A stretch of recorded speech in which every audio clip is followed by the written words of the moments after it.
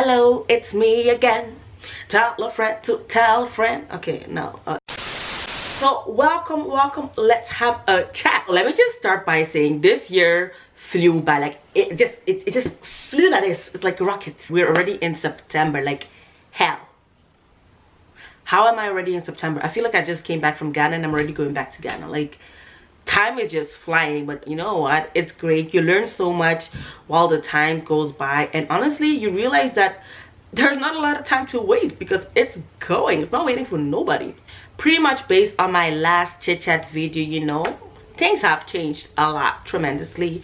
I remember that I did say I was, you know, building a relationship with God and trying to do better and whatnot, and I can definitely say that it went so. Like it went so, you know, like I tried, but there was definitely times where, let's just say where I am right now, or like last month, I had a lot to deliver from and just, you know, come at peace with myself. Like sometimes we don't know that we're just, you know, going the wrong directions, and then you have friends that can maybe see it or maybe not. But I had a friend that actually saw that I was going like left, I was going the other side, and she's like, Ash, come back. And you definitely need friends like that are like, you know, embedded in Christ, and they just want to see you do well and great. And once they see you going the left side, even though they can't really judge or they won't really judge, they will, you know, bring it to your attention like, hey, I see you changing in a way that's not necessarily a great way. So shout out to that friend, you know who you are. And yeah, but I would say that, I don't know, since like last month I felt lonely. And I just felt like, what's going on with me? Like, why am I feeling so alone? And like nothing is going my way, and I'm just like, I don't know, I just felt weird.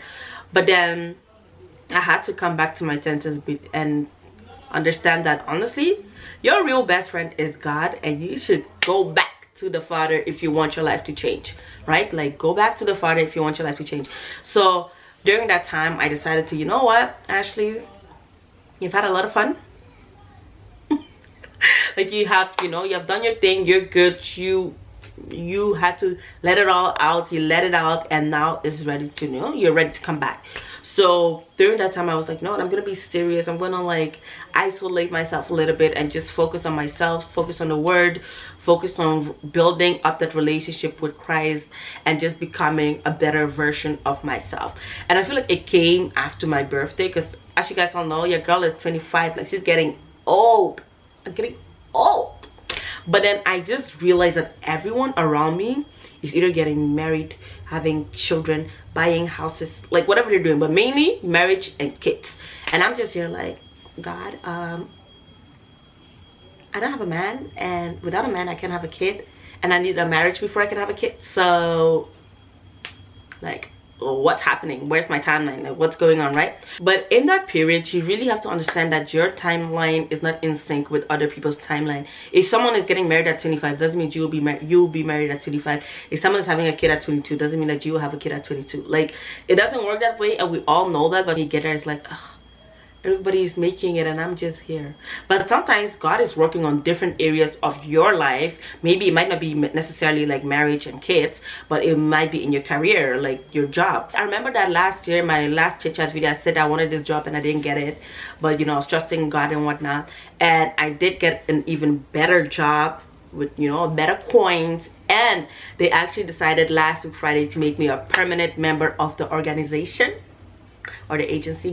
I am super blessed, super thankful for this opportunity to actually start building my life with this job, pretty much, because it's an amazing job, and I can honestly just start saving for like great stuff like a house and whatnot. So even though I'm still single and, you know, by myself, I'm still building up myself. And I think that's something that's very important as well, where you actually take time to, you know, get to know yourself a little bit, just be in tune with your own spirit, build yourself up. I came to the realization that honestly, sometimes you just have to sit still, like be still in the Lord. And it's funny because I kept hearing that in my head.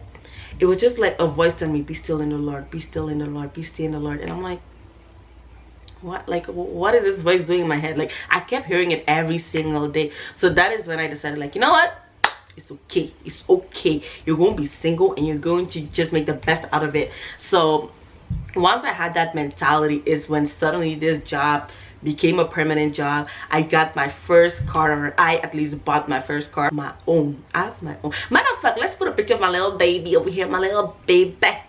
This is my new baby Mazda 6. Okay, loving the car. And it's like, you know what, God, life is going great. Like, life is actually, you know, I'm excelling, I'm saving money for a house eventually. Like, it's just sometimes things go the perfect dimension. Like, it just go, you know, when God says blessing on blessing upon blessing upon blessing, that's how I feel it. Like, it's just blessings all over. So I trusted God with this job, and now I'm trusting God in my private life, but I'm not gonna focus on that. I feel like I'm going to just be on my own, just continue to build this relationship I have with God, because now I'm in such a great place that I really don't want to lose this momentum. Oh my goodness, I really don't want to lose this momentum I have right now. So I'm just gonna keep worshiping, keep praising God, keep learning his word, and just, you know, be that woman I intend to be. But this is the time where I can actually focus on myself, be selfish for once, because honestly, once you get married, that's it. You're stuck with whoever for the rest of your life. You can't be selfish. You have to be selfless for your family, for your husband and your children. Like, be selfless. So I feel like this is my opportunity to be selfish, work on myself, save my coins, travel the world, just, you know, have fun, like a good type of fun.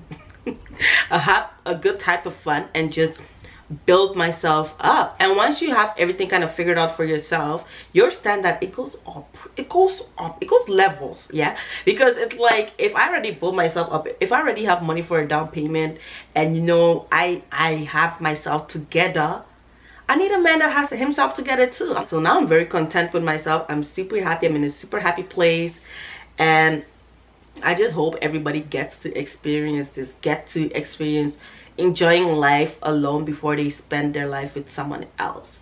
But yeah, that was just because I see a lot of people getting married, and I hope or pray that they are getting married for the right intentions and not because of age or pressure from society and none of that. As we all know, marriage is from God, so let's not play around with it. Let's do it right and serious, because if you mess it up, it's gonna cost you a lot of coins, a lot of drama, a lot of stressful children, and you don't want that. So yeah, make sure before you get into it, it's actually something you prayed about, you know for a fact, 1,000,000,000% this is the man you want to marry, and then live your life. Other than that, just stay put, be still in the Lord, and he will change your life. Amen. Can I get an amen? If you understand that, like this video right now. Okay, and yeah, that's pretty much it. So your girl is good, I'm living, I'm happy, I'm blessed. And I also wanted to share a few books, because I love to read and I read a lot. So I have a few books that I think would be very great for singles in waiting, or not even in waiting, single people in general. Also, I used to read my books on my iPad. Hey iPad. So I'm just gonna show you guys the books I've been reading. Give me a second. So I use the Kindle app. If you know the Kindle app, it's amazing. So you can download books on there and stuff.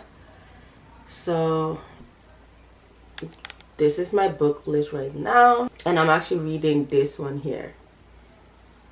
This is the book I'm reading right now. So this book is called Silent Seasons, Trusting God When You Don't Understand, by Heather Lindsay. I love Heather Lindsay. You guys probably know her. She's an amazing woman of God. I watch a lot of her sermons online as well, and I just love her. So I decided to buy some of her books. I actually have 2 of her books in here. So I have The Silent Season and one called Pink Lips and Empty Hearts, which I'm also going to read. And then other books I have in my list are Devon Franklin and Megan Good, The Wait. I think I already read that actually, but I might read it again. And then we have Wholeness in Singleness by Brittany Jones. So yeah, these are the books I'm reading right now. If you want to download them, honestly, if you have the Kindle app, you can just download them on Amazon. So you can buy it on Amazon and just download it, or just on the Kindle website you can download the books as well. And yeah, that's it. So thank you so much for watching. Like always, don't forget to comment, like, and subscribe. And I definitely want to talk a bit more with you guys, so let me know what type of topics you want me to talk about, what should we, you know, bond on, and let's make it happen. So thank you very much, and deuces.